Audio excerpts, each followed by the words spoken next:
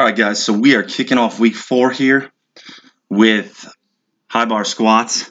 And I really noticed some things today that just helped me immensely. So that's the cool thing. Every day I do this, I'm picking up on more and more cues that help me.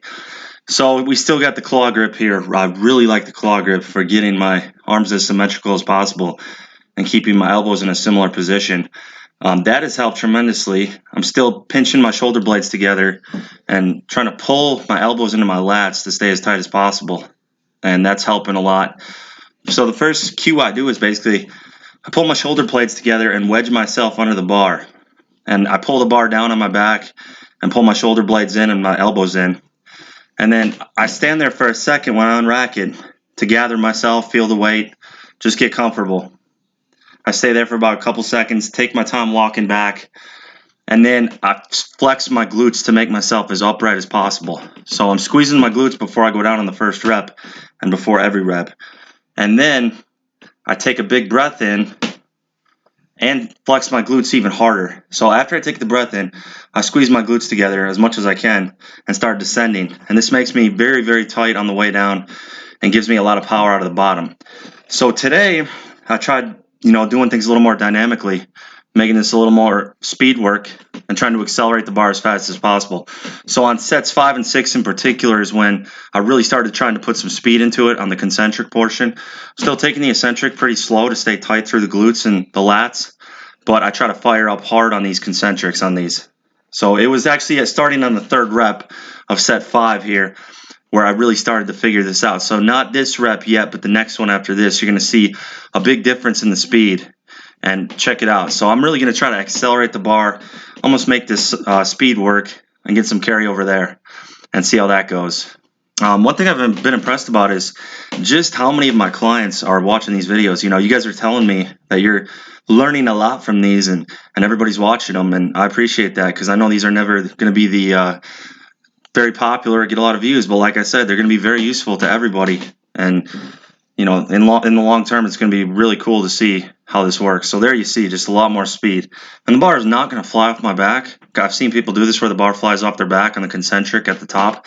Bar is not going to do that because I'm pulling the bar down hard into my upper back. So I'm still trying to maintain that tightness and not get lazy about it on the concentric. So the bar isn't going to pop off my traps, but I bet I could do that with the kind of speed I'm generating now. This is the last set, set 6 of 221 pounds here, 100 kilos, and it's moving really well. Now, one thing people have asked me, this has come up many times, and I answered it once, but it's been asked so many times I got to go over it again. The reason I squat so wide is because I have hip impingement from an injury roughly 7 years ago in my right hip.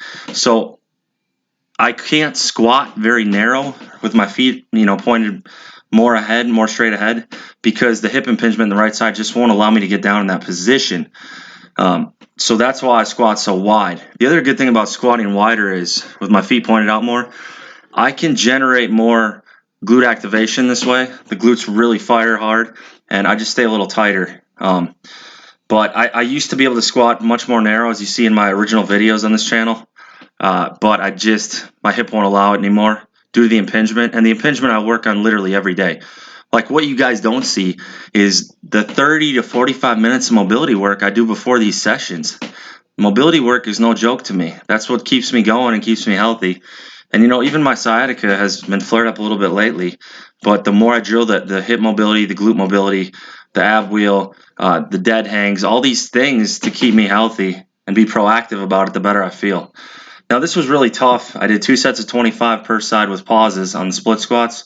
And I had to, dig deep on the last set because these were getting pretty hard. And, yesterday I did split squats as well, and I did 100 lunges at the end of the day. So I'm trying to grow my quads, but this was brutal and just had to get some disciple music going with me here and just knock these out. But I've been lifting pretty relaxed and everything, not trying to get too pumped up right now.